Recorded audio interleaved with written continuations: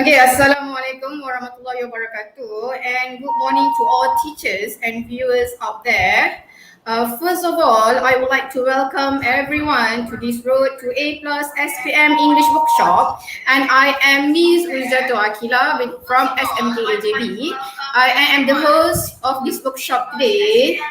I believe all of us are excited to listen to the talk that will be given by Ms. Nur Atika binti Ismail, a CFR Master Trainer and an English teacher at Sekolah Menengah Sains Tinggi, or known as Sakti.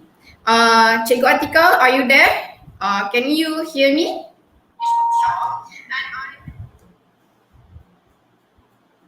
Cikgu Atika?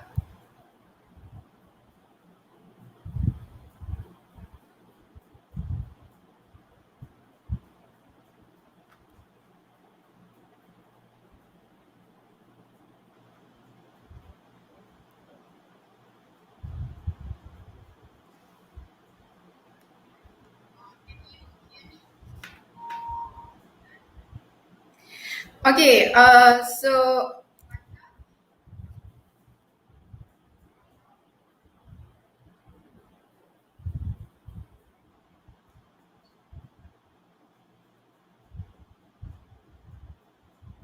Cikgu Atika, we cannot hear you, I think so.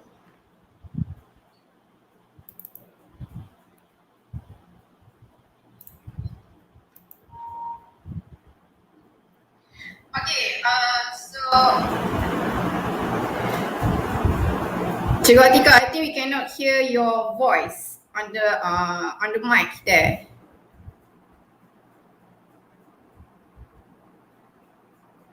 Cikgu Atika, we cannot hear you, I think so.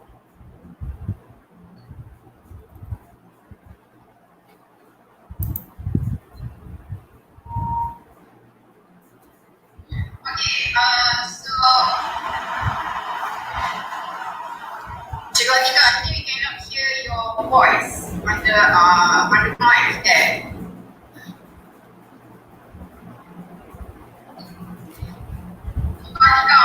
Still cannot hear you. Can I ask the viewers to help us? Can you hear Miss Atika? The viewers. Okay, so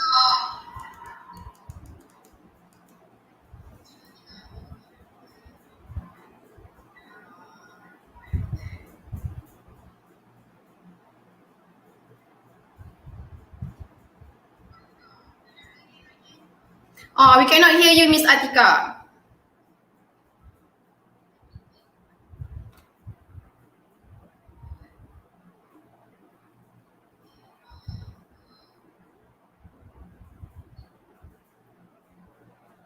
Okay, let's wait for Ms. Atika to try to find out what the problem is.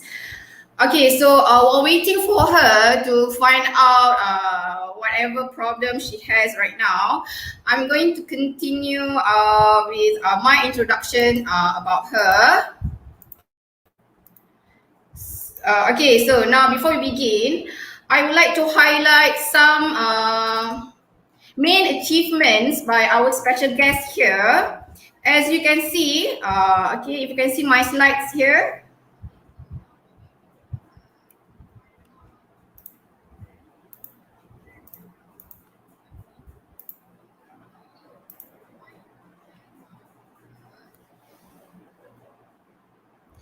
Okay, as you can see, Cikgu Atika is a very committed and active in competitions.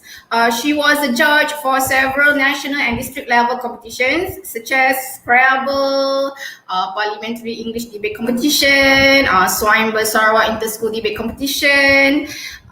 She is also active in giving talks, as she has given some in few years, such as Let's Pass Paper 2 English SPM Webinar 2021.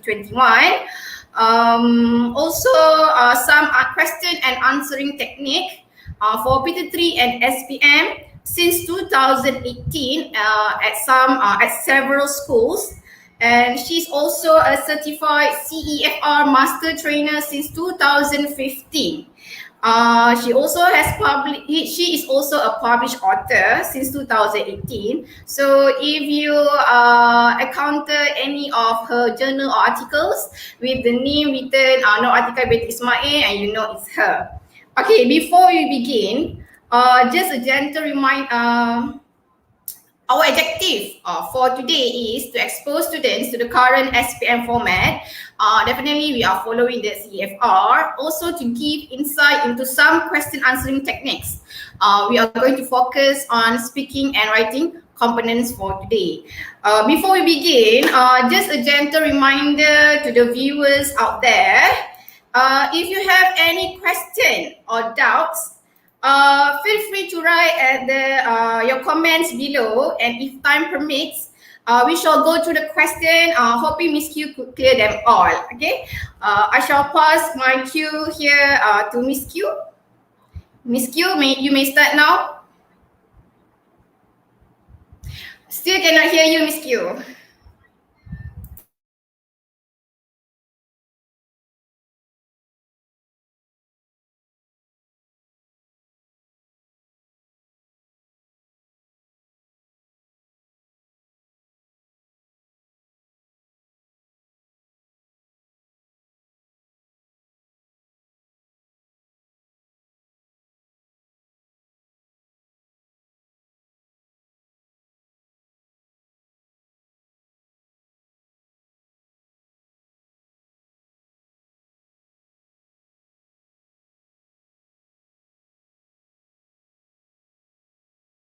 Miss Q, you are on mute. I can see that your mic is on mute.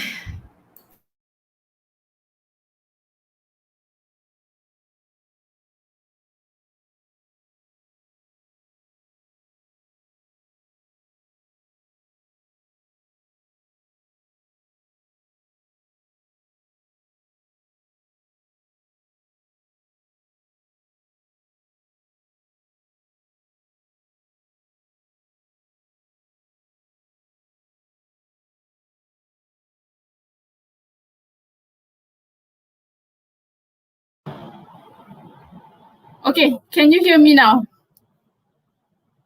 Yes. Yes, no? I'm so sorry about the technical difficulties. I didn't expect this to happen because it was fine during the rehearsal. May I know from the students whether it's okay now? Can you hear me? Okay, I'm so sorry. All right, thank you for your response. You've been awesome. Okay, that's this thing with the technology, right? Like when you are face to face, it's easier for you to know whether you can hear the person or not. But virtual, it's very difficult. Okay. Yes, thank you for your response. I really appreciate it. Okay. Just before we start, just let me express my gratitude towards SMKGB for willing to have me as one of the sharers for today's session. Okay, because at some point you would think that with this pandemic, it's very difficult for you to get extra support, especially for you, the first batch of SPM KSSM. But that's fine. I have to give kudos to SMKAJB and your Miss Ruziatul for having this proactive effort because with the pandemic, it's very difficult for us to invite speakers to schools, let alone us to be in school. So with them having this kind of effort, I think it's easier for us to at least get something out of all this, what we call the bad things that we are facing. Okay, so before we start, let me just remind you that the live chat section is on. Okay, throughout the session, if you have any questions, if you have any doubts, you should be able to answer. You should be able to ask them on the live chat section. Okay, so you can ask them, you can ask me, or you can even write a comment on live chat section. Feel free to do so, but when you are asking online and it's public, it's very important that you follow the online etiquette. Okay. All right. So for today, we are going to focus on this most two daunting, or what we call scary, skills of speaking and writing. Okay. What I would like to do first is that I'm going to straight away delve deeper on writing first. Okay, it is because it's still early in the day, and I think that you would have what we call much more energy to deal with writing before we go towards speaking. Okay, all right. So what we can do now is I'm going to go straight to writing. Okay, so before we go to writing, I need to know whether you still remember your PT3 writing. Do you still remember your PT3 paper 2? Can you still remember? Yes? No? Okay, some of you say, okay.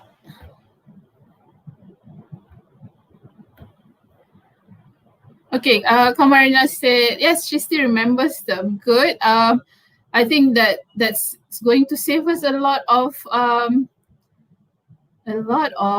time. I saw my students say not so much. Okay, that didn't inspire much confidence. That's fine. Okay. I'm going to do a refresh on the whole speaking for PT3. Okay, for PT3, it's normally for PT3, it's you have two parts, right? Part 1 and part 2.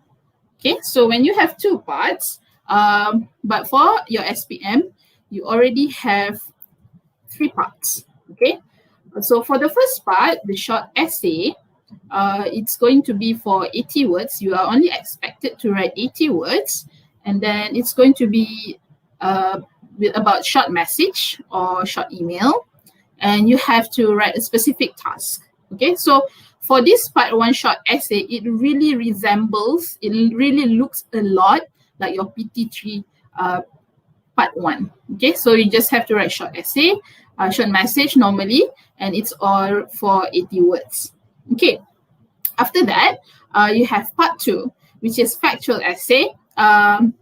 It's going to be 125 to 150 words, a bit longer, like your paper 2 PT3 part 2. Okay, so when you do so, for part 2, there are no specific genre. Okay, for part 2, it's mostly what we call a very general composition. Okay, so they can give you any topics, mostly that you need to use sometimes your language of advantages or disadvantages, but let's not worry about that first. Okay, for factual essay, the most important part is that you need to follow specific prompts. Okay, prompts here means isi lah, dia akan bagi isi, and you have to use all the prompts that's been given to you. Okay, that's the most important thing for factual essay, besides all these basic composition elements like paragraph, punctuation, grammar, etc. Okay, after that, for SPM, you have part 3. Okay, for part 3, they will give you 3 questions. I think you have done this already in your midterm. Okay, and you have to choose one. Okay, I need to flag this. Okay, for part 3, I know that with students of high proficiency, sometimes they have extra time to do more than one.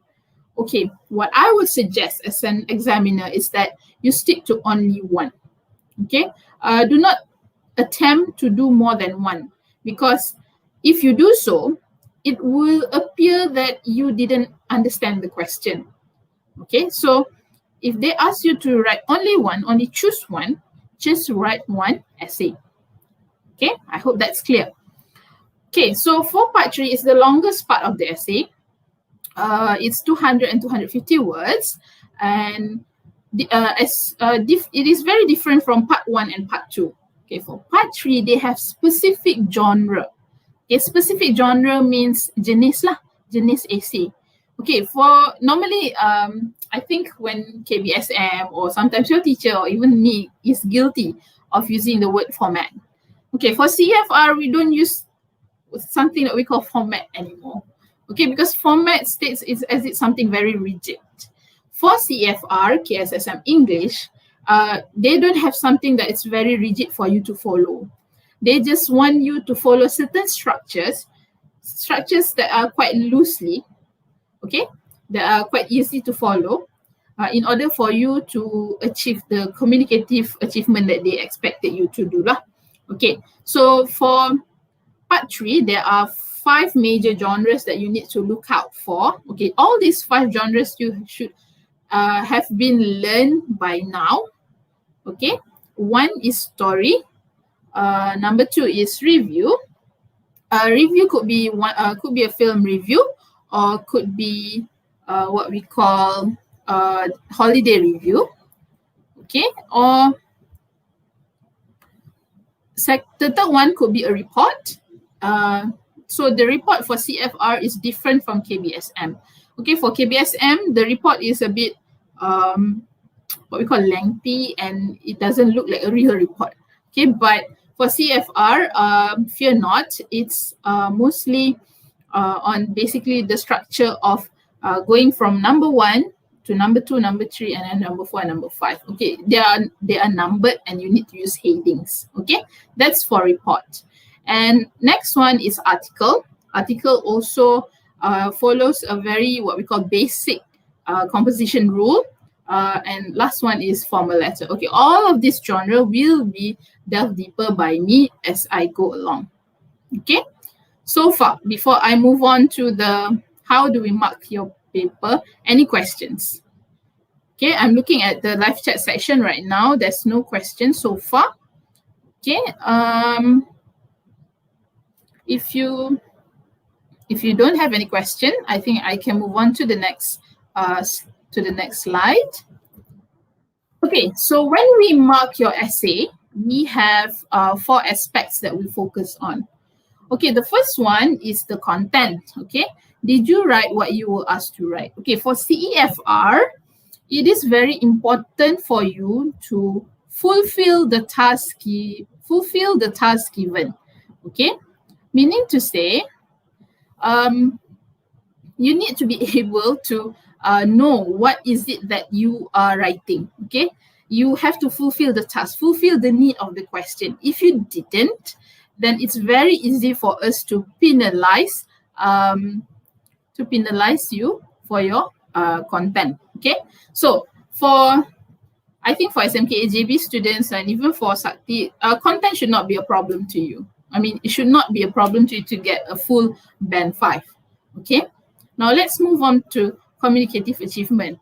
Okay, so communicative achievement is normally when we are asking questions to ourselves. Is my writing too formal, too informal, or just right? Okay, when we write for CFR writing, we need to bear in mind who our reader is. Okay, so you need to know who your reader is. Who is this, for example, review is being written for? Is it for a magazine? Okay, or who is this formal letter being written to? Is it for a headmaster? Okay, so you need to recognize what kind of language that you need to use for this different genre. Okay, so if it's a formal letter, can you use contractions? Okay, can you use colloquial language or what we call spoken language for formal language? I don't think so. Okay, for formal language, you need to be careful with the language used. Okay, so you need to be able to gauge what audience that you are writing this piece of work for. Okay, that is communicative achievement. And then organization. Organization. I saw a lot of no's here. Okay, I don't know why. Why there are a lot of no's? Okay, so for organization, you need to bear in mind what kind of what we call connectors or linkers that you are using in your writing, so that you'll be able to understand and also use all these connectors efficiently. Okay, that is organization. And lastly is the language. When we mark for language, we first look for is there any what we call notable or very extraordinary language structure being used? Okay, for example, okay, if you are writing a formal letter or a formal article, okay, so those things are using a very formal tone. So if you can use, for example, a passive voice very effectively, then your language mark is going to have a very high band. Okay, so if you can't use all this language specifically, all these what we call items, structures specifically well, then it's very difficult for you to get a good band for language. Okay, I'll show you later how we do this again. Okay, any questions so far before we move on to the first part of this writing slide? Any question? Okay, so far I don't see any question. I hope you can still hear me. All right, so, and I hope you're still following me. Okay. All right, let's move on to the next one. Okay, this is an example of question for short essay. Okay, they are only for 80 words, and you are only expected to reach up until A2 for this part. So, if for me, as a teacher, SMKAJB and Sakti shouldn't have any problems of getting a full mark of 20 for this part. Okay, but how do we get a full mark of 20? Okay, let us see this one first. Okay, okay. You receive an email from your new friend, Amy, who has just moved to your hometown. Okay, hi, the school holiday is finally here. Let's go for a picnic with our friends. Okay, so like I mentioned in the previous slide, for part 1, you need to be specific on what kind of things that they want. Okay, so the first thing that the clue that they give you is that you receive an email from your new friend Amy. Okay, so when you are receiving an email from a friend, is your language going to be formal, informal, or semi-formal? Okay, what do you think the language will be? Is it going to be formal or informal or semi-formal? Okay, you can respond in your live chat section so that I can see what you think about the language of writing to a friend. Okay, let's see. I say informal. Quite a few say informal. Okay. Informal, I think. Okay.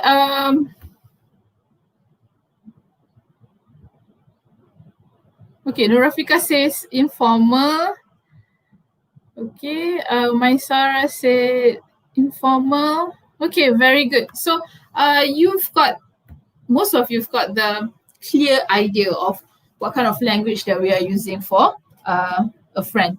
Okay, if we say informal, it is not a free pass for you to use what we call text message language lah. For example, those acronyms of IDK, IKR, you're not supposed to do that. Okay, so when we say informal, means that your structure should show that you have a very close relationship with this person. Okay, so you have to sound like you are close to this person. Okay, now that you establish that the language that you're going to use for this type of essay is informal, now let's look at the task here. Okay, hi, the school holiday is finally here. Let's go for a picnic with our friends. Where shall we go and what can we do there? What should we bring? Okay, so now you have 3 items to look for. Okay, the first thing that you need to establish is that you are writing for a picnic. Okay, you cannot write about a day at an amusement park or a day at the garden without mentioning that you are doing your picnic.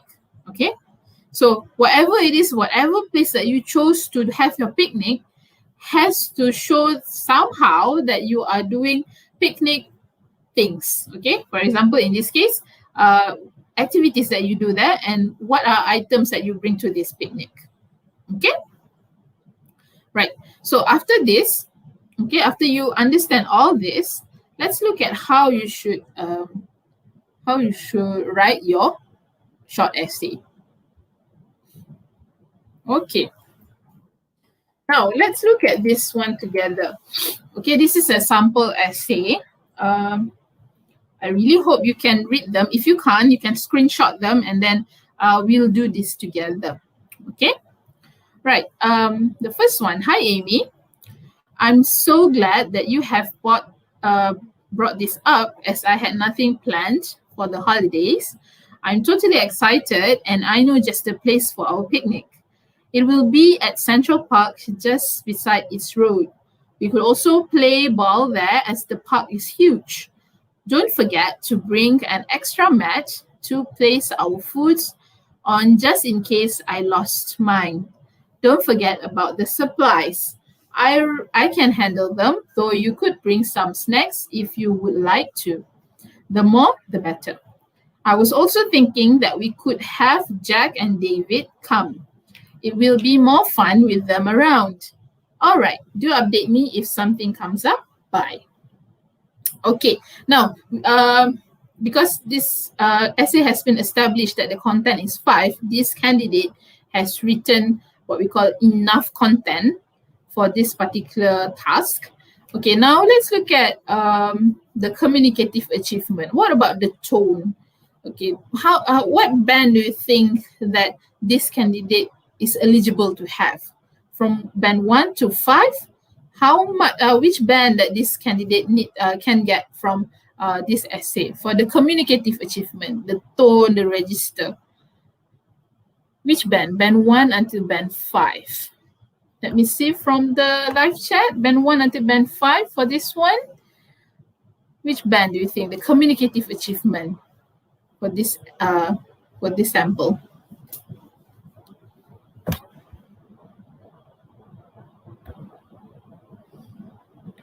Any idea? Band 1 until band 5? Okay, let's see. Noir said band 5. Shahinda said 3. Shah Iskandar said 4. Some say 4. Wow, you are a harsh marker. Okay, let's look at what LPM gave this candidate. Okay. All right, the candidate is being awarded 5. Okay, he or she is being awarded 5. Okay, I'm sorry it didn't come as natural to you because I think most of my students have always been receiving a strict treatment from me lah when it comes to marking.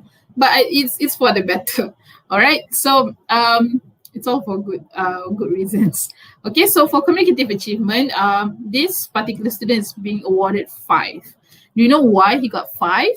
Okay, the first one is that he uses phrases such as, I know just the place for our picnic. Okay, so this kind of phrase shows the really close relationship that this writer has towards his friend. Okay, so when you have a close relationship, you can use this kind of phrase to your friend. Okay, so it really shows their close relationship and hence informal language.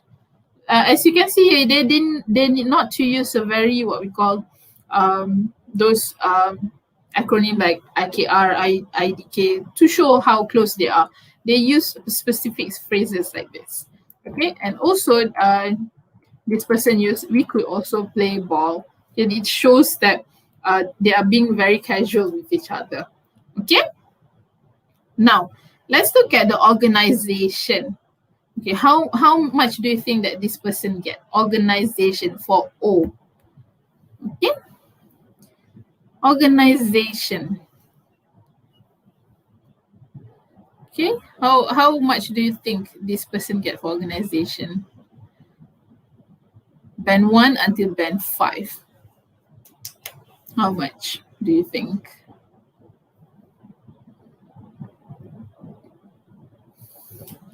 Any idea?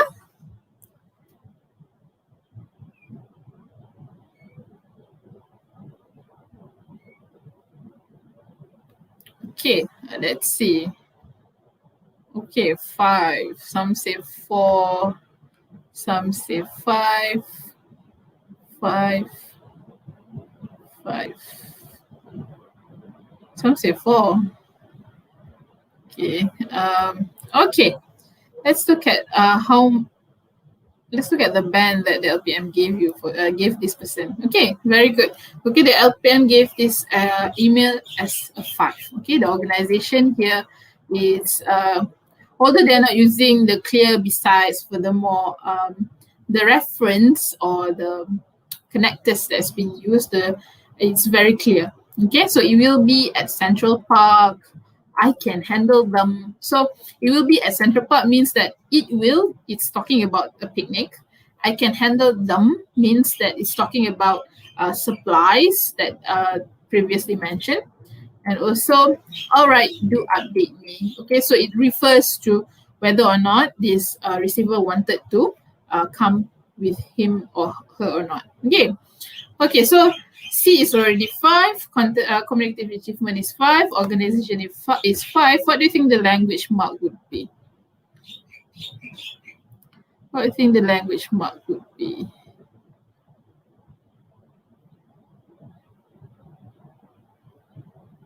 Okay, Hafizul Malik said it's only 4. Okay, Hafizul. All right, anyone else? What do you think the language mark should be? Okay, Shakira say 4. Okay, most of you say it's 4. Okay. Well, actually, LPM award this person as 5. Okay, so this is an example of an email, a short essay that managed to get 20 marks, a full mark for part 1. Okay, so is it that difficult to get a 20 marks for part 1? I don't think so. Of course, when we mark this, you mark your essay, we will always consider that English is your second language. So any minor errors, any errors that did not impede meaning, that is very, that didn't cause very serious meaning issue, we wouldn't penalize your language mark for part 1. Okay, because part 1, you're only expected to achieve up until A2. Okay. I can get 5. Okay, of course it can get 5 because it doesn't have any major errors, and also it has used some very appropriate structures for this type of writing. Okay, so I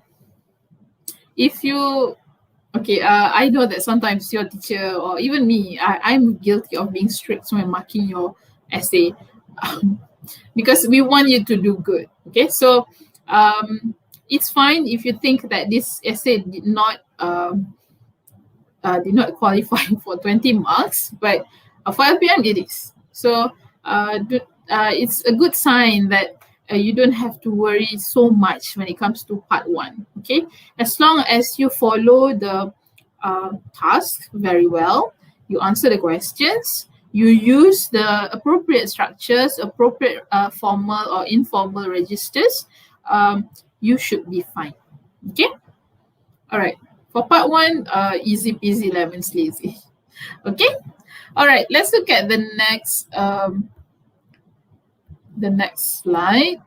Okay, so for the language, this person used the word like holidays or supplies or snacks. Okay, so those vocabulary shows that they are talking about a picnic. Okay, so that's good. All right, let's look at this one. Okay, I'm going to change the setting for the view here. Okay. If it's too small, screenshot them so that you can read them on your own. Okay. So we are going to do a little bit of scoring practice, just like the one that we did previously. Okay. Okay, get ready. I'm going to give you 3 minutes to guess the mark for CA, Communicative Achievement, O, Organization, and Language. Okay, so you have 3 minutes to read and then try to decide. I will, let's have a very interactive session after this. Okay, 3 minutes.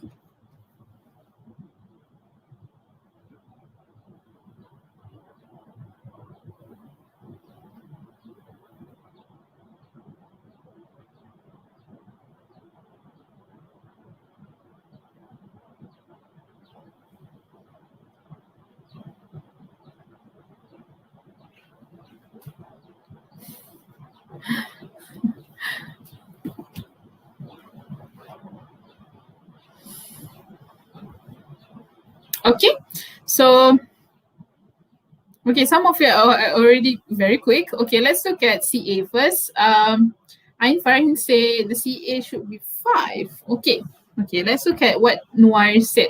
Noir Najwa said, I think CA, not CO, should be a 4. Okay, anybody else with an answer? With a guess? Sorry, answer. Let's have the mark for CA first. What do you think? Okay, a lot of you said 4.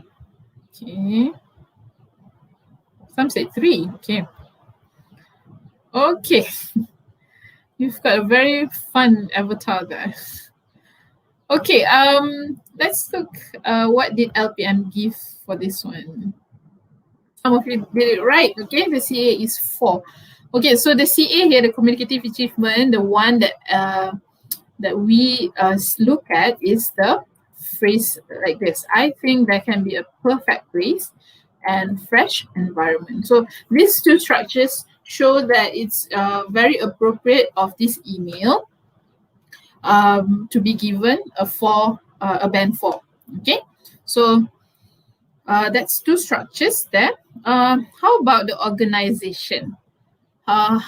Which band do you think this email falls under for organization? Okay, which band it falls under for organization, for O? Okay. Okay, Noir said 3. Okay.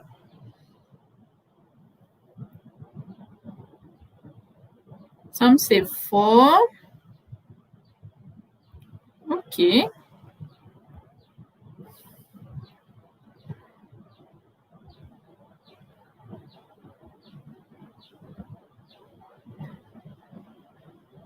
Okay. Let's look at which band that LPM gave this person. Very good. Most of you got it right. The organization is 3. Do you know why it's 3? It's because this essay or this short message is very difficult to follow. Don't you agree? Because it's very difficult to know when the writer wants to introduce new points or example. So again, the organization can fall under 3 if it's very difficult to follow. Okay, so some of the structures that we look for organization in this short essay is so excited for that, and the use of because and etc. Okay, so although this person used because and etc., it's not being used effectively. Okay, so if it's not effective, then it's very difficult for you to get to get a high band for organization. And last one, for language, this person only got a 3 because there has been some major mistakes been done. Okay, right at the beginning, this candidate is being using the word high, HYE, which is wrong. Okay, you should use HI for high. Okay, it's not wrong to say high, but please use HI. Okay, also the major mistake that we could find here is I've been received your email. Okay, so that is not a correct structure for this essay. Okay, it should be I have received your email.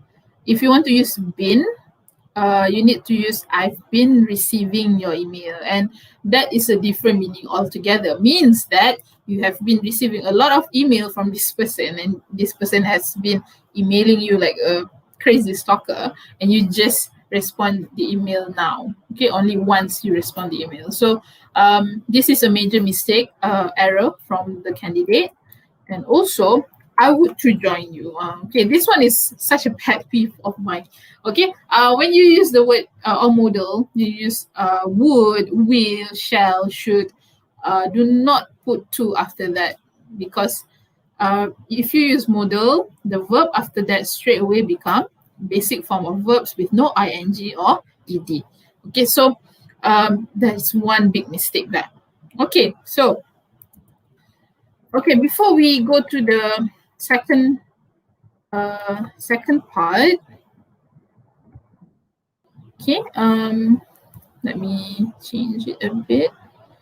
Okay, before we go to the second part, I think it's very important for me to remind you that when you are writing email like this, a short message like this, I think it's very important for you to start it at what we call a very good, a very strong one. Okay, so I noticed that when it comes to short essay or email, short message or email, you like to use hi, I hope you're in the pink. Okay, let's end this for all and say that let's not do that anymore. Okay, do not do all this I hope you are in the pink anymore. Okay, because for external examiner from Cambridge, they would not use this expression as something very what we call outstanding. Okay, this expression has been recognized as archaic. Okay, it's not something that we use anymore, not even the native speakers. So the alternative for that, instead of saying hi, I hope you're in the pink, I don't know where you get that expression. I never taught my students that. Okay, so but what you need to do is that you can straight away, hi, how have you been? Can more natural rather than I hope you're in the pink. The reason why I hope you're in the pink means that people tend to get blushy when they are healthy, things like that. But it did not work like that anymore. Okay, at this age. So you should just straight away use, for example, hi, how have you been? I haven't heard from you for a while. So that is much more natural than I hope you're in the pink. Okay, I hope that clears things up. I know that Malaysians really love the expressions because it's really cute, right? But it's not exactly accurate at this point of time. Okay, all right. Very good. Okay. Okay, let's look at this one. Some say there is no subject of the email. Okay, let's look at the email again. Okay. At this point, email address or subject, they are not exactly counted for what we mark. Okay, but you need, if you recognize that it's there, just fill them in. Okay, although I said that I'm not going to count them when I mark your essay, just fill them in. Make sure they are all filled up. Okay, right. Okay, to is an email address. Yeah, I mean, you can make it up. Anything can be an email address. Okay. Yes, very good. Hi, HI, not HYE. Very good. Okay, there's a question here. Teacher, since it's an informal letter, can we use contractions? Of course, for part one, it is encouraged, I think, but not too much. Okay, so it is, you can use them for a purpose of showing casualness between the two of you, but don't overdo it lah. Okay, so do it moderately. Okay, what is contractions? What is contractions? What is contractions? Contractions are when you use the word can't for as replacement of cannot, or shan't as replacement of shall not. Okay, or should not, you change it into shouldn't. Okay, that sort of thing. Okay, very good. Okay, some of you already answered it for me. Very good. Okay, I think we can move on to the next. Move on to the next one. Okay, I think we can move on to part 2. Okay. Okay. Right. Let's look at part 2.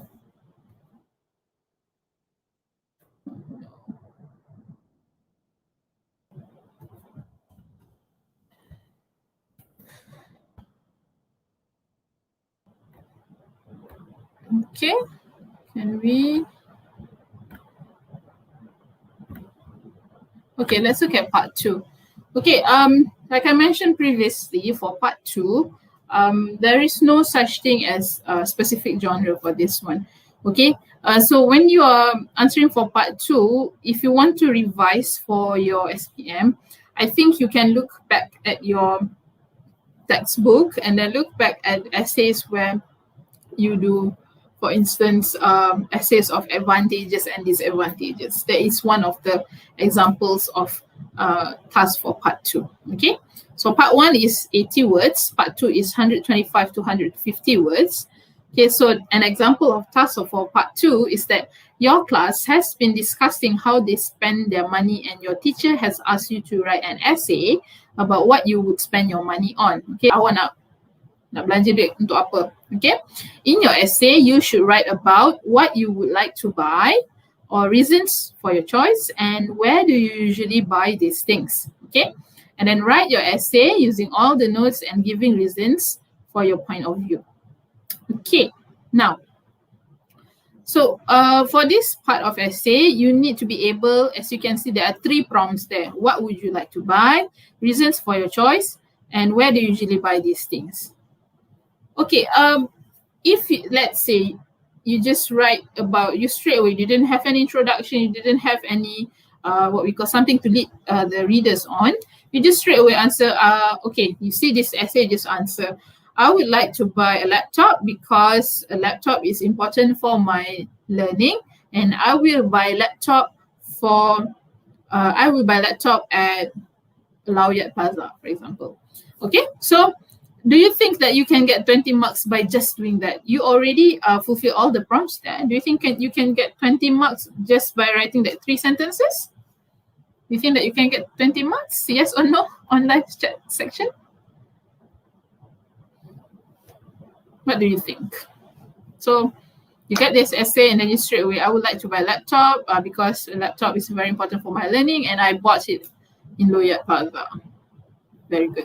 Okay, some of you already recognize that, okay, you shouldn't do that. Okay, you shouldn't. Okay, because like I said, although it looks very simple, okay, it's going to be a very, it's going to be a full composition. You need to have your introduction, you need to have your first point, second point, third point, and then your conclusion. Okay, so when you say that it's talking about spending money, so you need to think of introduction that is appropriate for this kind of essay. Okay, now let's do a little bit of marking exercise like we did in previous slide. Okay, let's do that. Okay, now, so again, the content is already 5. Okay, if you can see that, I'm going to make it full screen.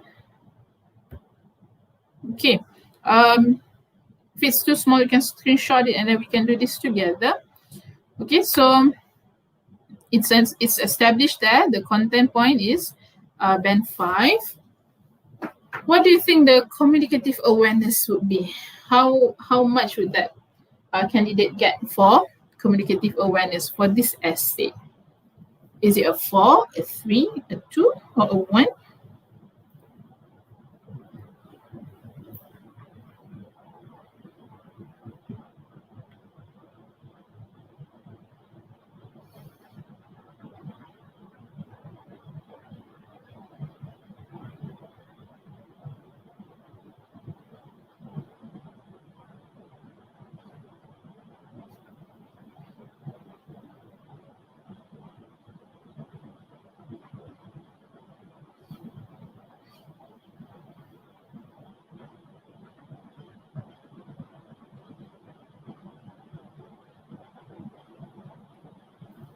Okay. All right. Let's look at a few answers. Okay. Right. Some of you are very generous. 5. Okay. It is a quite good essay, right? It's quite a good essay. I would agree. Okay. Because as you can see there, the tone is very appropriate to the task. Okay. The task is factual, so you need to be formal. Lah. Okay. Okay, let's look at what LPM gave this candidate. Okay, so it's a 5. Okay. So what we look for CA here is that we look at the structure here. Nothing is free in this world. Okay. So that's that. And then the reasons why I want to, and then it would be amazing. Okay, so the CA here is based on this. Okay, we gave them 5 because of this. Okay, because again, the structure, the sentence structure that is being used is quite strong lah. It's not what we call basic. It's of a level that you can be awarded as 5. Okay. All right. Let's look at O is organization. It's 5 because we have a very clear connectors there. The word therefore, the word for example, the word moreover, and in that way. Okay. So although the connectors or the linkers might look like it's very basic, it's nothing special, but they are being used effectively. Okay. This is what I'm trying to emphasize to my students and to all of you. When it comes to CFR, it's all about functional language. Okay, we do not aim to be a creative writer, for instance. Okay, we aim you to be an effective, clear communicator. Okay, so if you can do that in your writing task, most probably your band will be high. Okay, so what I'm trying to say is that although that idioms or even the ability to write your complex sentence will get you somewhere, I will also that it is a fair play for everyone here that is if you are able to communicate your ideas clearly, directly, and effortlessly without, let's say, a very grave or critical error mistakes, you can get at least for language mark as 5 here. Do you think the language here is very complex for this essay? Do you think the sentences here are very what we call out of the world for this essay? Well, I don't think so. Okay, because the essay here is very direct. Well, it has some it has some what we call sparkling structures here and there, but it's not entirely like that. It looks very what we call realistically good. Okay, that's what we are looking for CFR. Okay, so my advice to you with we don't know what's going to happen with the SPM 2021, but with the time that we have right now, I think you should focus more on becoming a very effective communicator when you are writing. Okay, do not worry too much of trying to memorize all these idioms. The Masali is not very impressed with it. I have to tell you that they would not be impressed if you can remember those idioms that you have memorized. Okay, as long as you can communicate your ideas well and clearly, God willing, inshallah, you can get a very high band. Okay, so that's how CEFR English SPM works. Okay. Any question before you know what, let's wait until I finish the next sample, I think.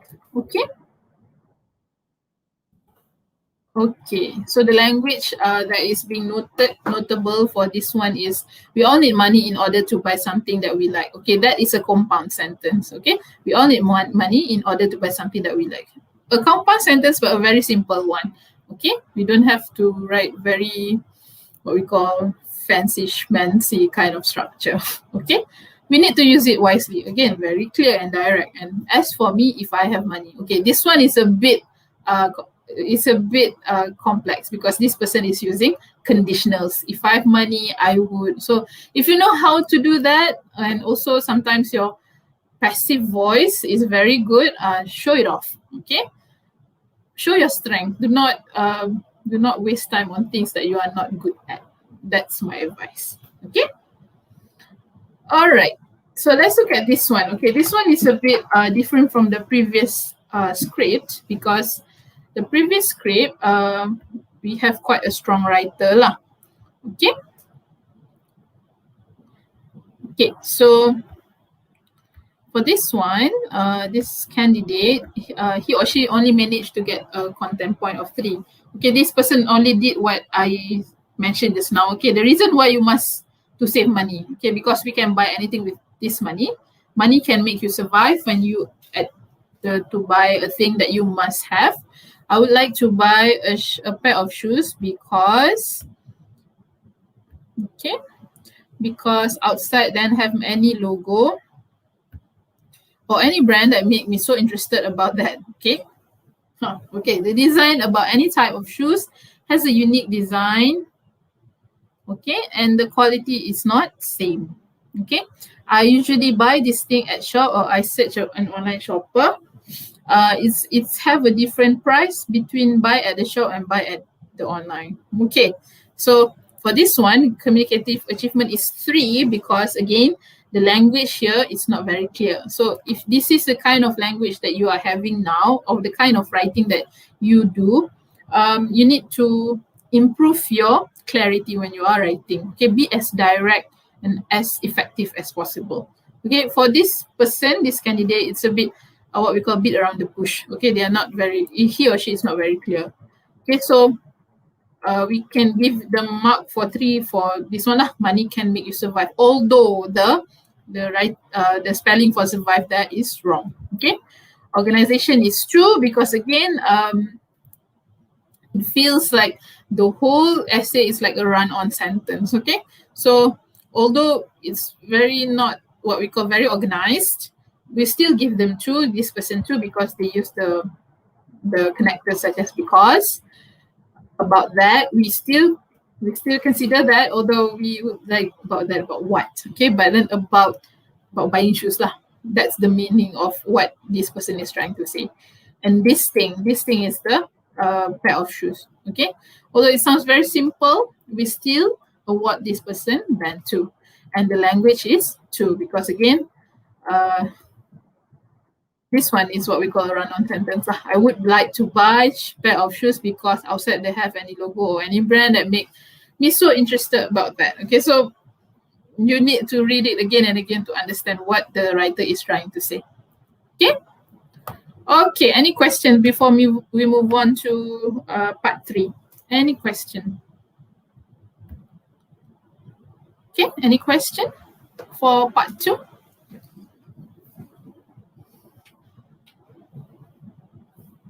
No?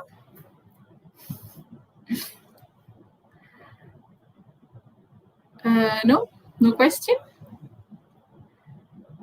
Okay, so far no question. Okay, so I think that we can go straight to part 3. Like I mentioned just now, for part 3, you are required to choose only, you are given 3 questions, you only choose one. You only choose one question. Okay, so like I mentioned just now, please make sure that you answer only one question. Do not do more than that. I know that some of you are very good and you want to show off your skill. Do that in that one particular essay. Okay, do not what we call try to get more by doing more. It doesn't work like that. Okay, now let's look at one of the questions for part 3. Your teacher has asked you to write a story for a school magazine. The story must have the title "A Dream Comes True." Okay, your story should include a description of the dream or how the dream is achieved. Okay, now when you look at the question, what do you think that the phrase "a dream comes true" means? Is it a lifelong goal that you have and then you finally achieved it, or is it some random dream that you have in your sleep and suddenly becomes a reality? Which one do you think this question means? The first one or the second one? What do you think?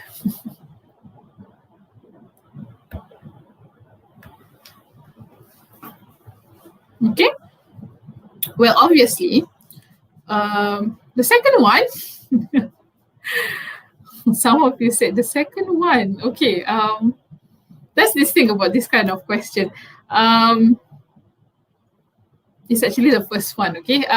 It's not about some random dreams that you have. Okay. It's actually the first one. Okay. It's about a lifelong goal that you have and it's finally coming true. Okay, that's what a dream comes true mean. Okay, so like I said, this one might look very straightforward. Okay, it's what we call it's very easy to understand the question, but then it could be interpreted differently. So I've got questions from your SMK friends saying that should they focus on stories alone and not look at other genres. Well, as a teacher, I would not suggest that. Okay, so you have 5 genres to master for your SPM. Know it all. Okay, because you might never know what kind of questions you are going to get for part 3. Okay, so story, although they are what we call the easiest, I think, when it comes to genre, because we already did stories when you are in PT3, when you are in UPSR, so it's something that is very familiar to you. But the task can be confusing like this. Okay, so I would advise you to know all the genres, right, before trying to resolve only story. Okay, all right. So let's look at the next slide. Okay, a dream comes true. So when you're writing a strong story, okay, when I'm explaining this, I'm going to give you tips on how to be a strong story writer too. Okay, especially for exams lah.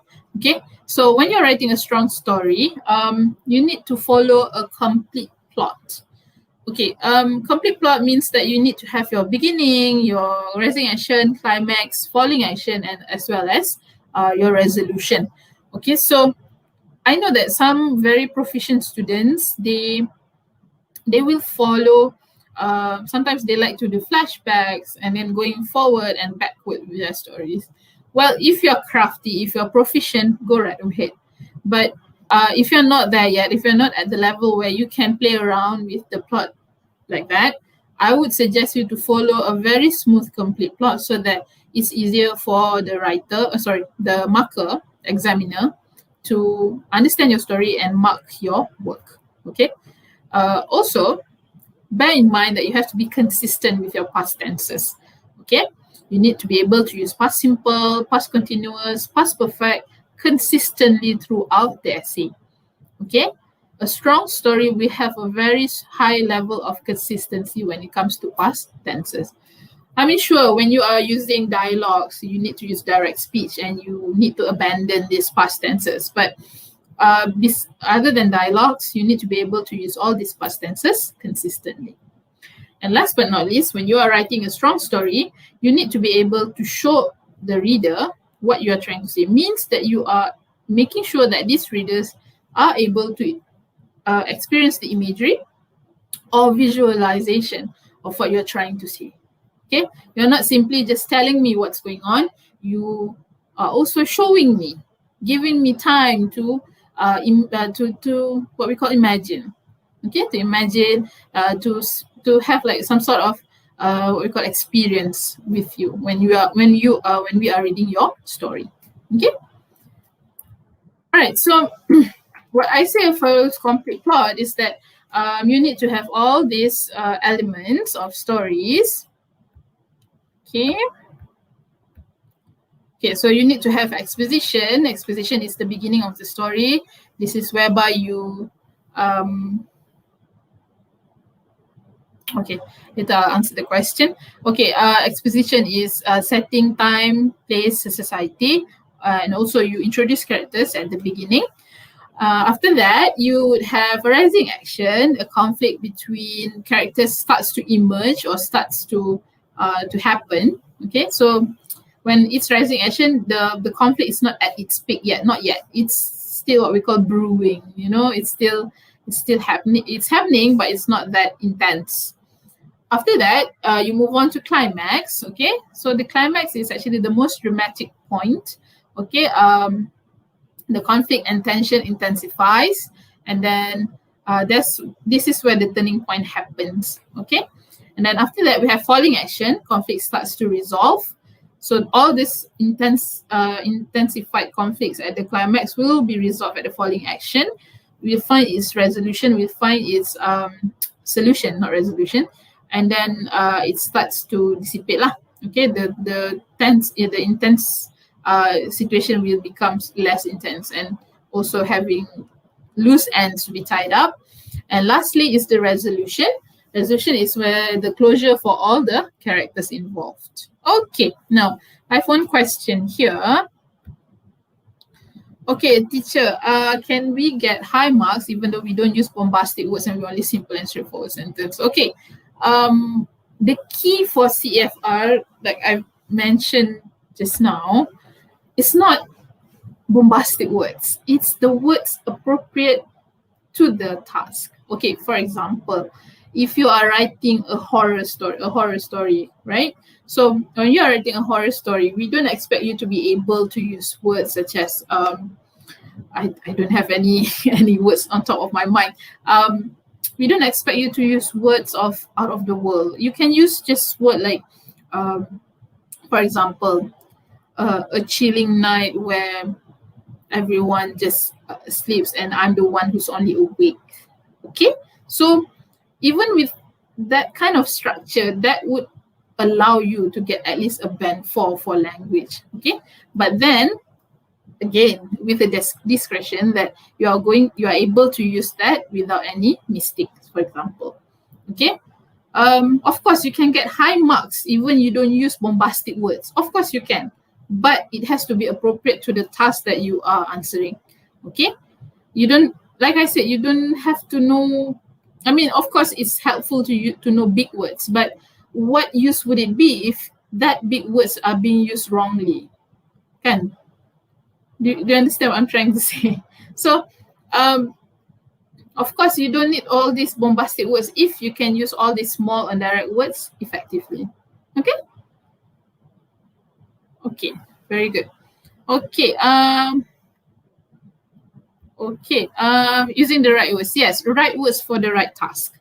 Accurate words for the accurate task. For example, the one about talking about money just now, if you can slip in some vocabulary about money, for example, if you can use the word purchase, or if you can use the word items on sale, the ones that are related to money, that is what we call a brownie point. Okay, not some random big words. Okay, can we use dialogue? Of course. For writing, for stories, you can use dialogue, but use sparingly lah. Not like every single paragraph there's a dialogue. Don't do that. Do it effectively. Okay, moderately lah. Okay.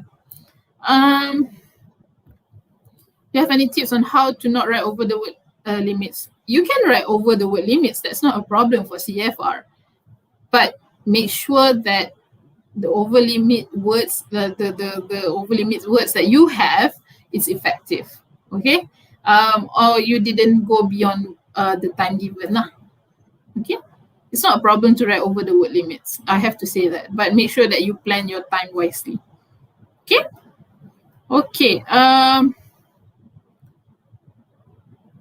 could I get extra points if I proverb? Like I said, if it works. For example,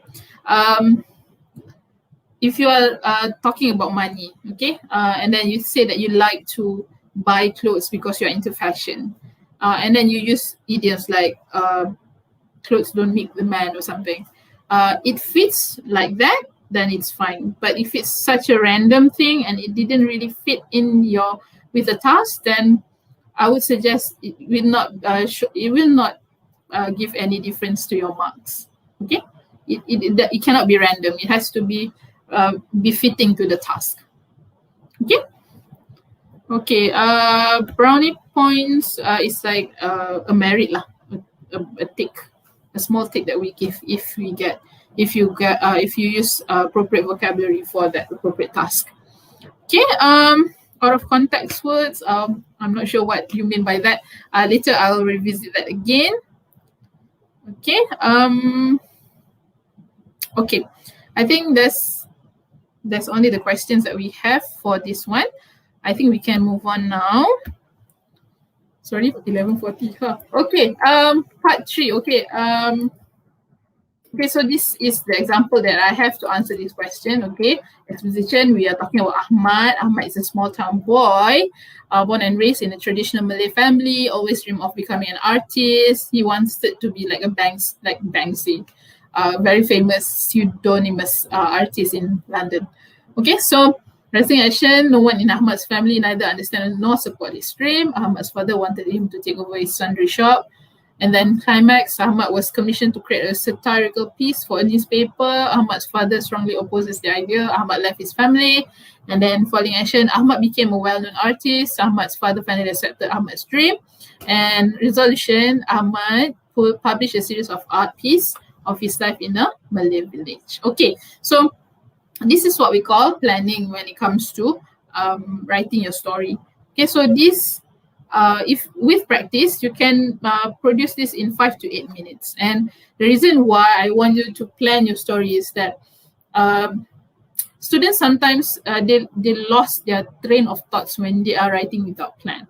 Okay, so they thought that they know what they want to write, and suddenly when they are in the middle of writing it, they forget where the story is going to direct themselves into. So in the end, they will get what we call half-baked story, and then a story that's not of a high quality. So if you can do that, if you can plan the story before you actually write, you will overcome this problem.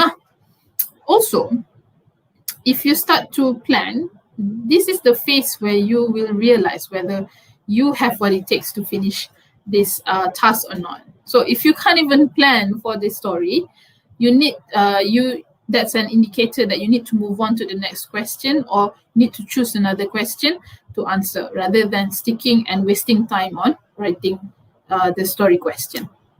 Okay. All right. I know that planning is a hassle. Not many of you like it, but it will benefit you if you can plan your story. Okay. All right. Next one, we are moving on to show, don't tell sentences. Okay, this is the one that I've mentioned about being able to bring the reader towards your to your imagination. Okay, as you can see there, okay, there are differences between show and tell sentences. Okay, for the tell sentences, it's quite straightforward. And it's not something that we expected in your story. Okay, when you are writing a story, you are bringing your readers to a world of imagination. Okay, so if you want to be direct, if you want to be straightforward, write an article or write a report. Do not write a story. Okay, I know that. I know that some of you might think that story doesn't have to be all this full of detail and whatnot. Of course, a story is actually what we call a creative expression. Okay, it's not technical. It's something that we do for the beauty of the language itself. Okay, so when we write story, it's important for us to write a show sentences. Okay, show sentences like, for example, the tell sentence, I walked through the forest, it was already fall and I was getting cold. And let's look at the show sentences. The show sentences says that the dry orange leaves crunched under my feet as I pulled the collar up on my coat. Okay, so that's the difference between show and tell. That for telling, it doesn't have any effect on me. So when I read the sentence, I'll be like, yeah, sure. You walk through the forest, you feel cold. Okay, but with show sentences, you get to experience, as a reader, you get to experience what you as an author trying to say. Okay, the dry orange leaves crunched under my feet as I pull. You can feel the the orange leaves, the dryness of it, and also the coolness of it without you straight away telling me that you are feeling cold. Okay, if that makes sense lah. All right. And then the telling sentence is Michael was terribly afraid of the dark. And the showing sentence is as his mother switched off the light and left the room, Michael tensed. He huddled under the covers, gripped the sheets, and held his breath as the wind brushed past the curtain. Okay. Right. So when you do that, I know, right? It's very much very high up there, the showing sentences. But fear not. It's not that high of a thing to achieve. Okay. There are several tips to write a show sentences. One is create a sense of setting. Okay. So when you are writing a show sentence, it is wise to actually talk about the surrounding. Okay, to describe about, for example, if your setting is in a Malay village, you can talk about how your imagination takes you to this very lush paddy field and a very serene bird chirping around you, as well as such what we call humbleness of the houses there, such humility of that houses there. Okay, so that's how you do show sentences. Okay, you try to set a story, you try to set where that story is going to lead you to. Also, you can use dialogue to show character. I've mentioned this previously. If in doubt, always describe action. Of course, you can talk about remember how this guy is very scared of the dark, you know, how he huddled under the blanket and then the whole muscle of his body is tense. Okay, so that's describing action. And although you can use strong details, do not overdo it, meaning that showing sentences is not expected in every single sentences of your story. Showing sentences is more like giving some sort of an impact of your story, and you can use it in a highlight point of your story. For example, if you want to use it during the beginning because you want to catch the reader's attention, so you use a showing sentences in the beginning. Or you can use showing sentences at the climax. For instance, these two characters are fighting, and that's the opportunity of you trying to be what we call creative, and then take away the imagination and then try to describe the fight between the two characters well. Okay, so meaning to say, this showing sentences is important to make sure that your story becomes impactful. Okay, to get it of a higher band lah. Okay, higher language mark, higher communicative achievement mark. Okay, all right. Okay, I have one question here. Teacher, does it matter on how many paragraphs you do for the essay? It does matter. Okay, so the minimum would be 5. Okay, but for stories, I know some of you are very creative writer. You can write more than 5, but do not go lesser than 5 for paragraphs. Okay, because that is the kind of conventions or writing expectations that we have for Form 5 students. Okay. All right. I don't see any other questions. I think that we can move on. Okay, so the next one is review. I know that this is quite a favorite question too, because you are already exposed to a lot of media around you. Okay, so normally when they want a review, they want you to write for a magazine. Okay.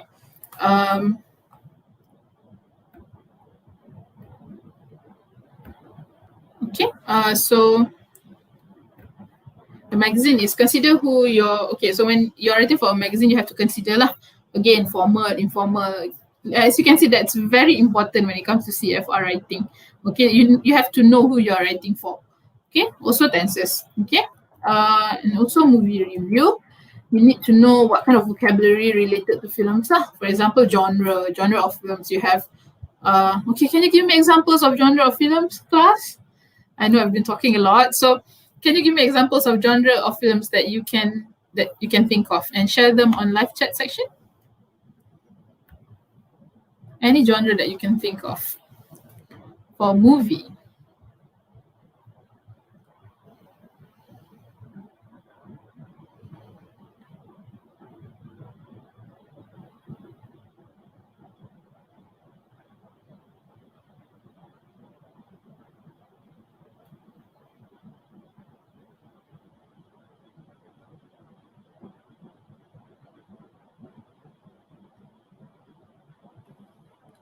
Okay, let's look at this one. Okay, quite a number of you. Okay, let's look at. Okay, you have a lot of. Okay, horror, thriller, comedy. Okay, those are the examples of okay, slice of life. Okay, that is something different, but that's one of the. What is slice of life? Anybody knew what slice of life means? The genre of slice of life. Okay, documentary. We have crime documentary, action, horror. Okay, sci-fi, comedy, rom-com is romantic comedy, fantasy. Okay, so autobiography, very good. Okay, or based on a book.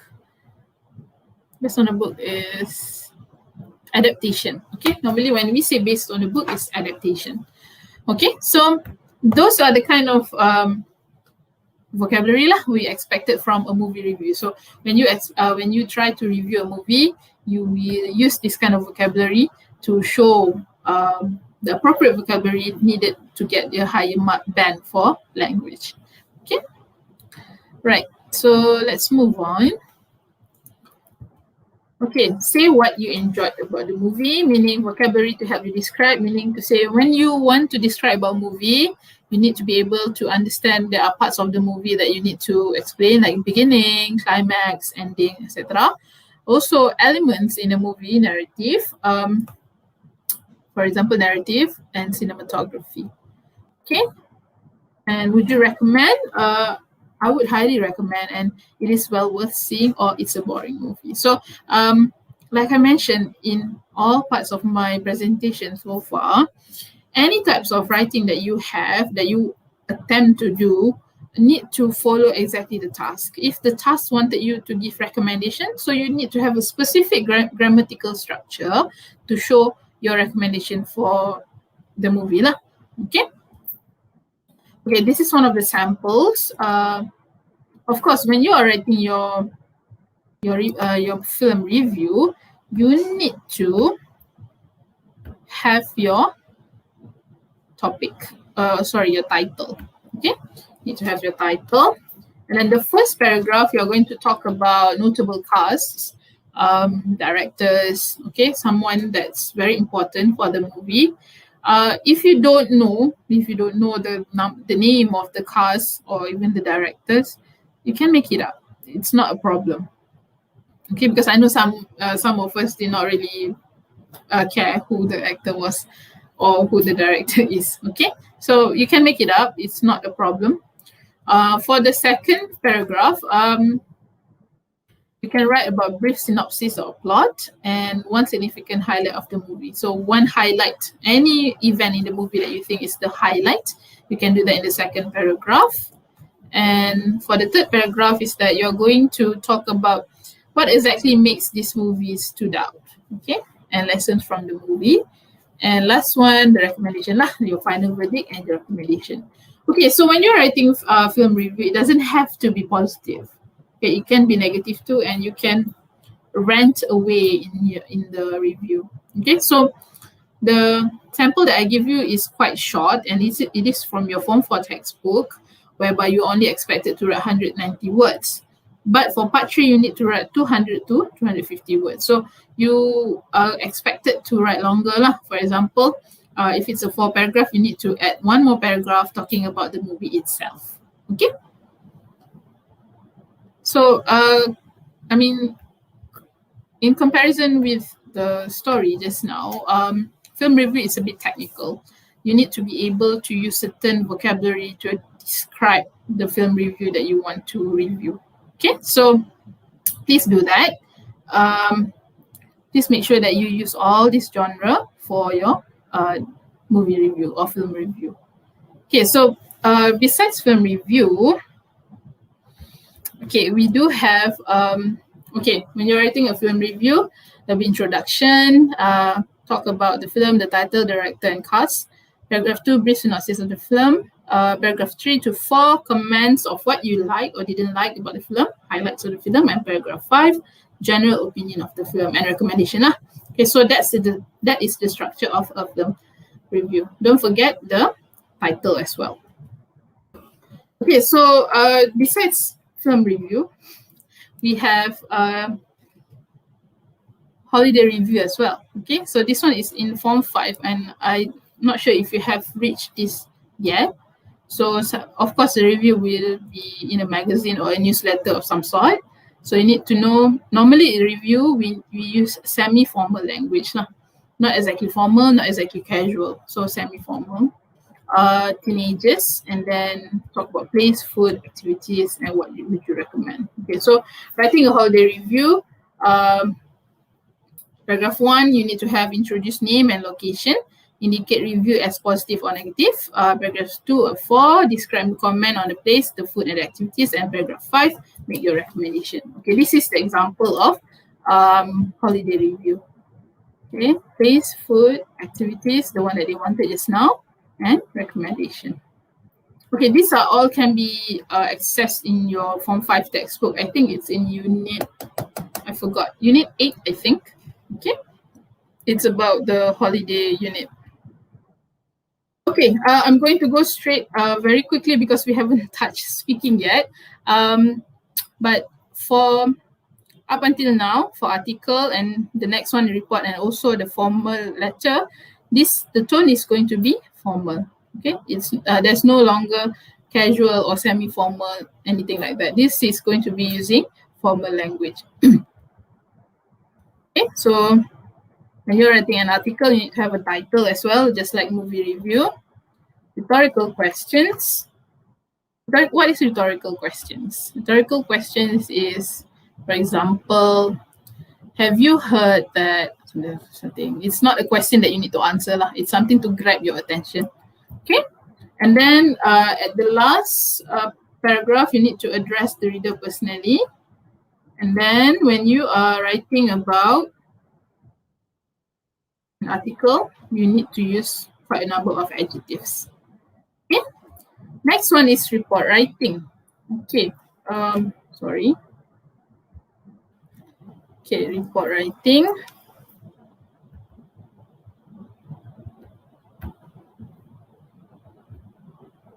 Okay. So this is the format of a report. Okay, so it's quite different. If you have seen KBSM report structure, it's very different from the CFR report. Okay, so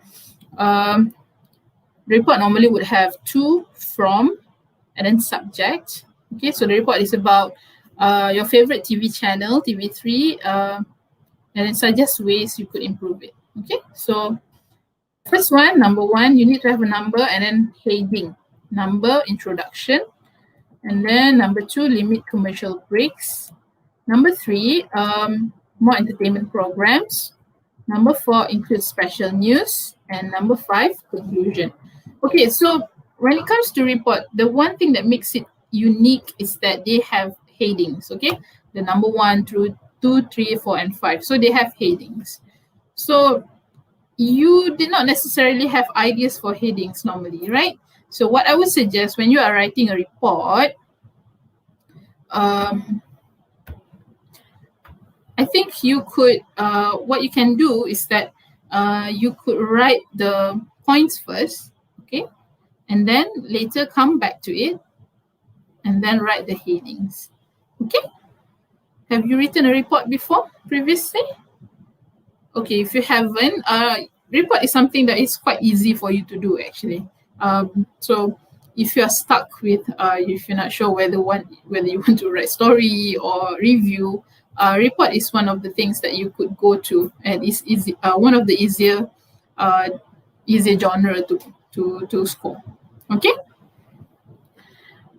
Okay, let's do a bit of an exercise.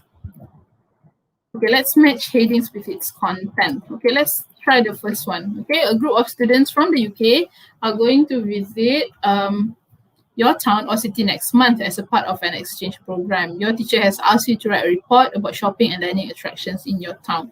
Okay, so you can screenshot this and then we can do this together. Okay, okay, this is about this is about you trying to match the heading with the content. Okay. Can we try the first one, number one? What is it?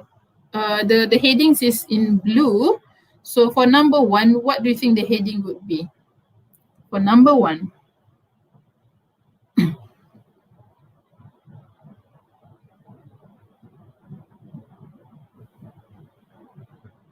You can answer in your live chat section. Okay, for number one, which heading should it be? Which one?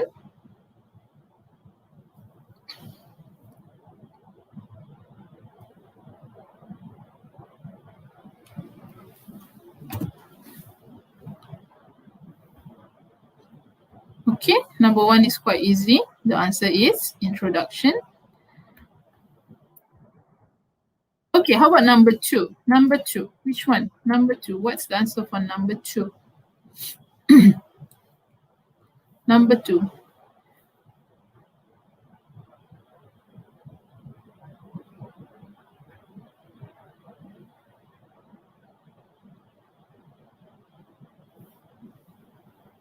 Okay, number two, which heading should it be? Number two? Number two. Is it recommendation for number two?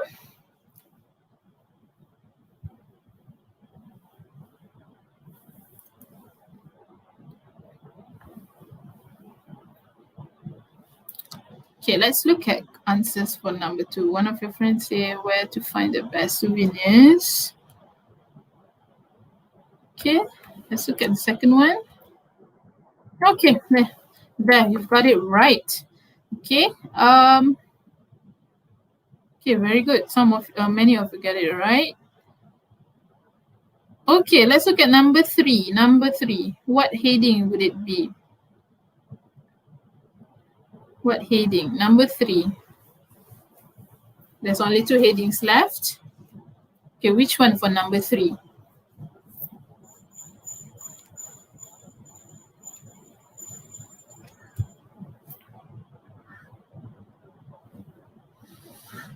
Okay, some say budget, some say recommendation. Recommendation, is it? Okay, some say budget-friendly eateries. Okay, let's look at the answers. Answer is budget-friendly eateries. And last one is recommendation. So that's how you do your report. You don't need to sign anything. I think this report lacks of to, from, and subject, but besides that, that is how you do your report. Okay. And then the last one is formal letter. Again, this is something that you have done previously in your.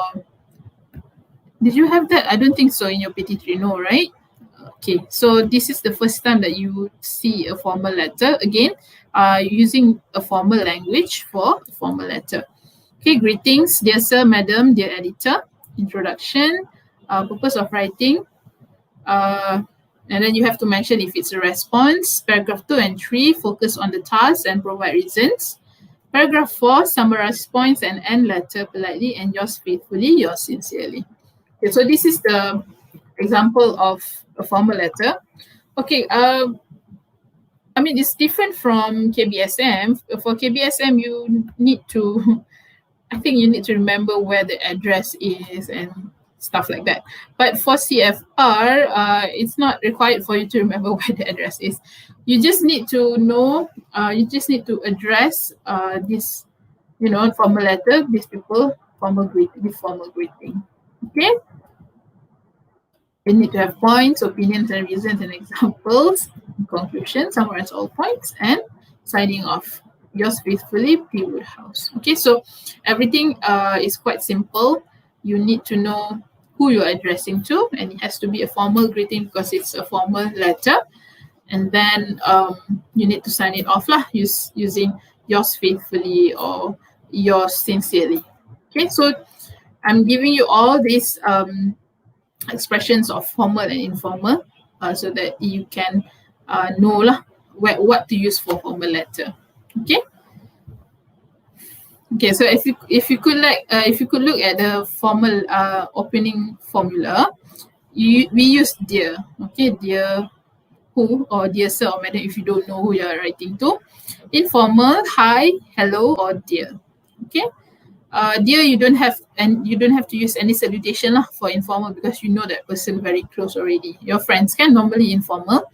And then for opening paragraph, for a formal letter, you are normally using I'm writing to, I'm writing in reference to, or thank you for a letter or email. For informal letter or email, you can write, how are you? How's it going? How are things? How have you been? Great to hear from you. It's been ages. So again, there are a lot of alternatives compared to I hope you're in the pink. Okay. And then closing paragraph, thank you for considering my application. I'm available for interview. Depends on your question for closing paragraph. And for informal, well, I have to go now. That's all for now. Anyway, I should get going. Drop me a line soon. Catch up soon and take care. And closing formula for formal letter is yours sincerely, or yours faithfully, or kind regards. And for informal, there are a lot of different alternatives there, such as best wishes, love, lots of love, talk to you soon, all the best, take care, and warm regards. Okay, I think I'm done with letter. So any question before I move on to speaking very quickly? Any question before I move on to speaking? Any question so far? Or you are too tired already?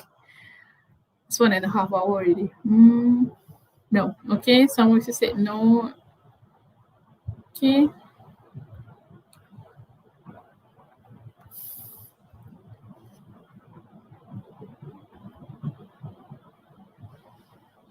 Okay, no questions. I think we can move on to speaking. Okay. Okay, let's look at speaking. All right.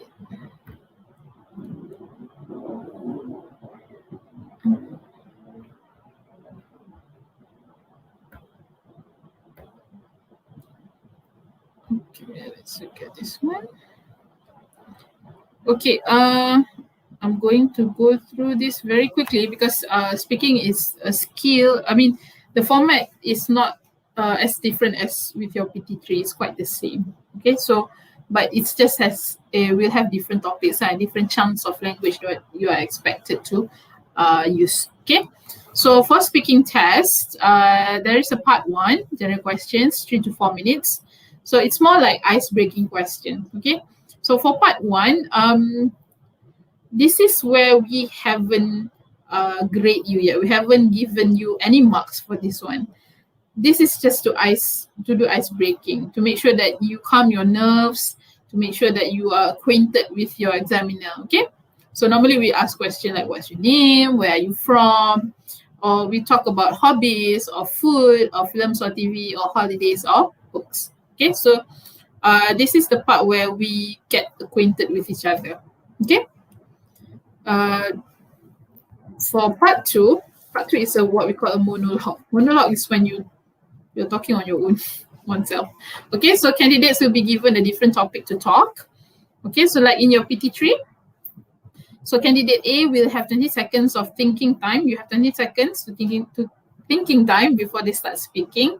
And then candidate B will have to listen to candidate A carefully as she or he will have to answer a question based on what candidate A is talking about. Okay, for example, candidate A is talking about a family celebration. Okay, so she's talking about how amazing it was to gather around with the family members to have a, for example, barbecue cookout, and then they played quite a number of games there. They enjoy themselves there, and you know they eat a lot of food. They talk about a lot of stuff. They catch up. Okay, and then at the last point, you need to talk about why family celebrations are important in Malaysia. So after you talk about everything in past tense, you need to come back and then write and then talk about why family celebrations are important. So perhaps that family celebrations are important to have stronger bond, and then hence a healthy family relationship, for example.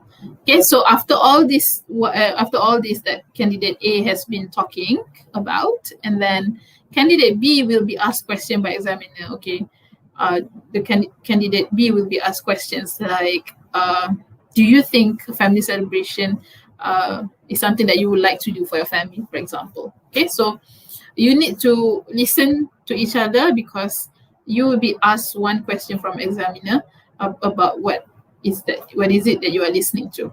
Okay, then candidate B, person you admire, talk about a person you admire, and then you need to talk about who is this person is, and then who this person looks like, why you admire this person, and if you think that it's important for people to have people as role models. Okay.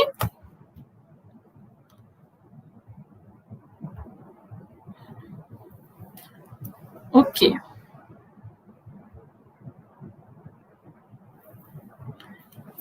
Right. Next one. It's not moving. Transitions. Okay.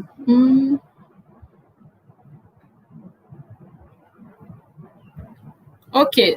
The next one is part 3.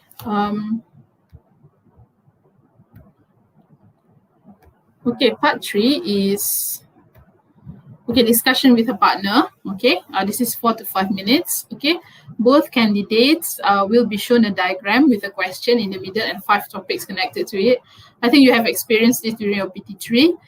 Both candidates will have 20 seconds of thinking time before they start speaking, and then 2 to 3 minutes for both candidates to discuss, and 1 minute for both candidates to come to a decision. Okay, so you can have this one particular question right in the middle, and then you have all these elements.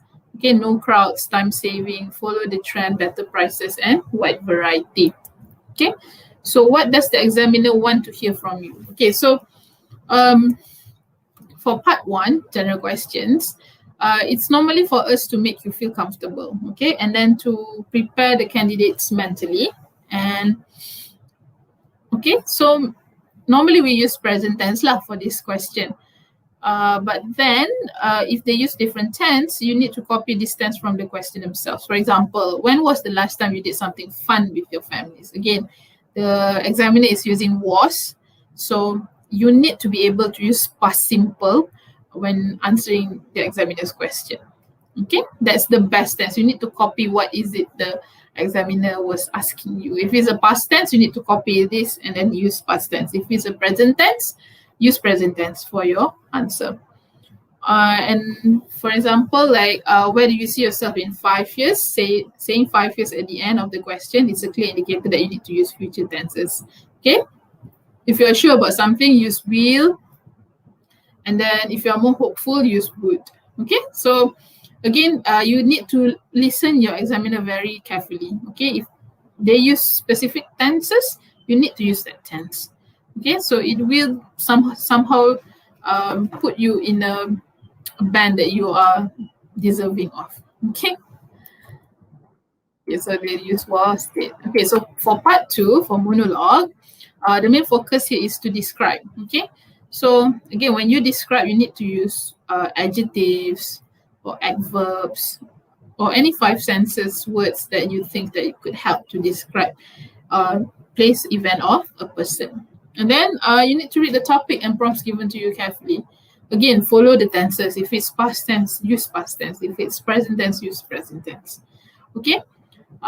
Next one. Don't feel bad if you have to pause once or twice in this part. Okay, because monologue is when you're talking on your own. Okay. It's going to be difficult to be talking on your own, because normally speaking is something that you do it communicatively with another person. So if you have to do it on your own and if you have to pause, it's not wrong. We are not going to mark you down a lot because of that. But just make sure it's no longer than 5 seconds. Your pause is fine, but it shouldn't be that long. Okay, so to help you, for example, if you are thinking or you are losing words on top of your head, you can use time filler phrases like "let me see" or "I would probably say." Okay, those are the phrases that you can use to help you to fill at the time. Okay, or you can repeat the question. Okay, that's one way of buying time. Okay. Okay, so for example, for candidate A, what the event was, what you did there, if you enjoyed yourself. Okay, so for example, the answer is BBQ cookout, and then what you did there means an activity, and then if you enjoy yourself, why? So you need to use adjectives or adverbs to explain why you enjoy yourself. Okay. All right. And then talk about a person you admire, who this person is, what this person looks like. Okay. So again, adjectives, and then the different part for candidate A is that it's a mixture of tenses. Okay. The first three was using past tense, and then the last one is using present tense. But for candidate B, for this question, mostly it's going to be present tense. So most probably you can't talk about people who are already dead for person you admire. It has to be someone who's still around. Okay. Okay, for part 3, the section is all about two things: expressing opinions and beliefs, and then agreeing and disagreeing. Once you've listened to the context explained by the examiner, try to forget the examiner in room. Meaning to say, when you are doing part 3, you should be able to only talk to your partner. You can disregard the examiner in the room. You are supposed to be talking to your partner only. So you focus 100% on your partner. And then don't be afraid to express your opinions or to disagree politely with your partner. Okay, so you use different language to express the same viewpoint but in another way. So meaning to say, if you disagree with your partner, that's fine, but you need to be able to use such a polite language to state your point. Or if you have the same point of view, you can say, yes, I agree with whatever you're saying because okay. You need not to repeat whatever it is that your friend has been saying. You will get extra points if you can rephrase what your friend has been saying in another way. Okay. Okay, some general tips to ace that scary speaking test. The 10 tips. Number 1, use part 1 to warm up and settle your nerves. Okay, because speaking can be daunting and be scary. It's not, especially if English is not something that you use at home. This language speaking test can be scary, but you have part 1 to calm yourself down. Okay. Again, it's okay to pause briefly or to clarify the question. For example, if you can't hear the examiner or if the examiner is talking very quickly like me just now, you can clarify the question. You can ask them again. It's fine. Okay.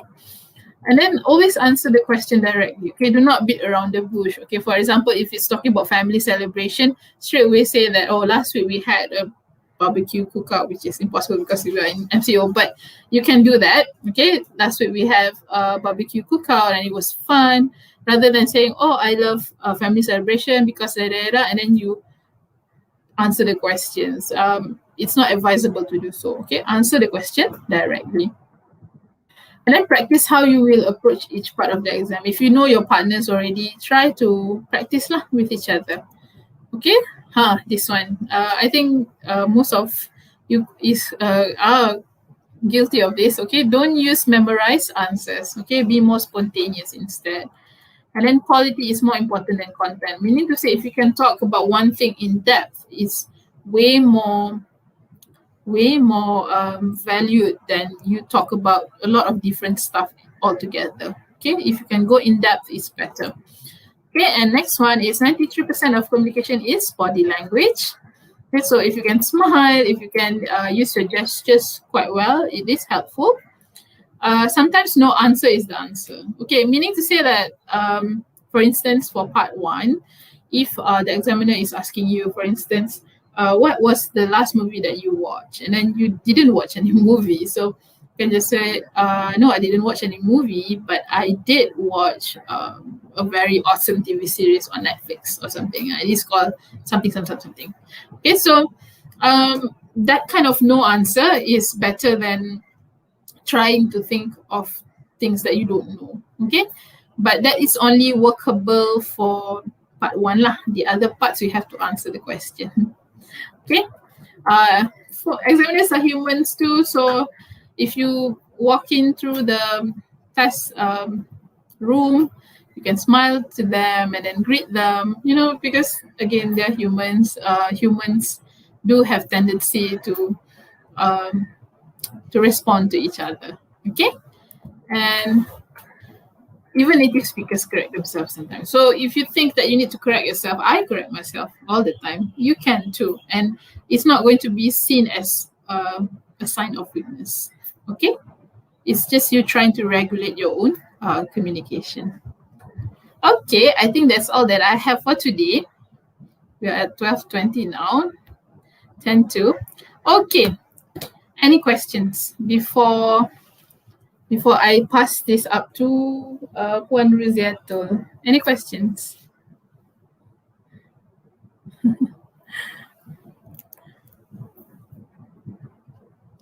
Okay. Okay, I'm going to pass this back to Puan Ruziatul. Thank you, Miss Q. Thank you, Miss Atika. It was an interesting workshop, and I believe all viewers out there found it very insightful. Okay, but before we end, anyone, we are going to do a live Q&A session since we have extra 9 minutes here. Anyone would like to ask questions? You can write any question at the live chat there. Okay, so far I can see no teacher. I guess it's all clear. Alhamdulillah, no teacher. Are you sure? So just to highlight, while waiting for some questions, I would like to highlight points that have been shared by Miss Q just now for speaking. Part 1, remember students, there are no marks for part 1.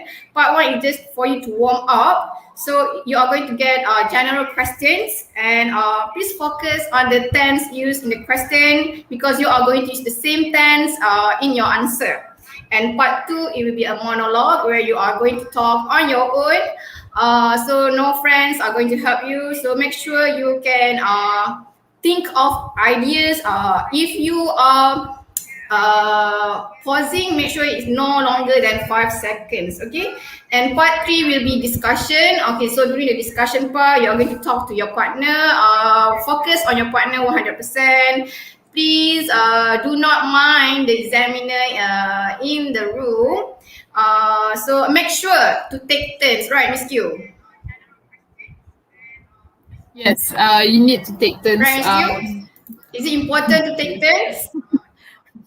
Very important because it shows that you are giving each other's opportunity to talk to each other. It's almost like what we call diplomatically lah. Okay, you are not hogging or monopolizing the whole discussion, and that's very important. Very good. Okay, thank you, Miss Q, for that clarification. Okay, so students, remember it's very important for you to take turns. So learn phrases, phrases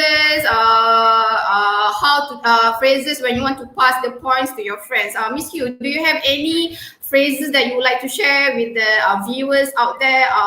Phrases to help students to move on to the second point, girl? I mean, if it's a discussion, the famous one would be, what do you think? Or you can always say that perhaps you may say, for instance, I think we should get a move on and try to talk about something instead. Or we can talk about, how about this one? I think this looks interesting to talk about too. Okay? All right, thank you, Miss Yu. How about the agreement and disagreement at the end of the discussion for part 3? Is it important for us to get one decision, the last decision? Yes, of course. I forgot to mention that just now, and thank you for mentioning. Of course, you need to. It's within 3 to 4 minutes. So the last minute will have to be you finding middle ground, like the decision that you think that is fit for your discussion. And for finding decision, of course, although you have differing point of views, one of you need to what we call concede lah, mengalah lah, so that you have that one particular decision. It's if you keep on with your own opinion, then the discussion will go on, and you will not get a decision, and that will affect your band lah for that particular part. Okay, thank you, Miss Atika. So we have some question at the live chat there. Maybe Miss Atika could highlight and try to clear them. Some of the question. Let me For look at part the two, question. for example. Yes, For part two, are we given? Yes, you will be given stimulus. For example, if I can just show you. Wait, let me show you. Okay. Okay. For part two, it's normally stimulus like. 1 second. Why is it not moving? Okay. Yes, you will be given stimulus for part two, but it's not necessary for you to follow the stimulus lah. For example, if you're the type of students that can talk naturally or proficiently, okay, these are the type of stimulus that you'll be given lah. Candidate A, different stimulus. Candidate B will be given different stimulus too.